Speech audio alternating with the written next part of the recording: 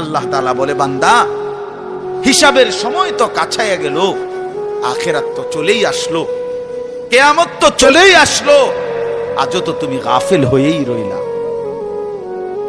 40 বছর হয়ে গেছে, 1 বছর শেষ হইছে, এভাবে বুঝি নাফরমানিতে পড়ে রইলা বান্দা।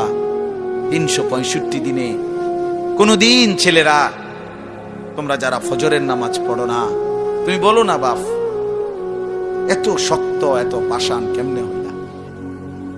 1টা বছর কোনদিন ফজরের নামাজ পড়ো নাই, এত বড় নিকৃষ্ট জানোয়ার মুসলমানের বাচ্চা কেমনে হয়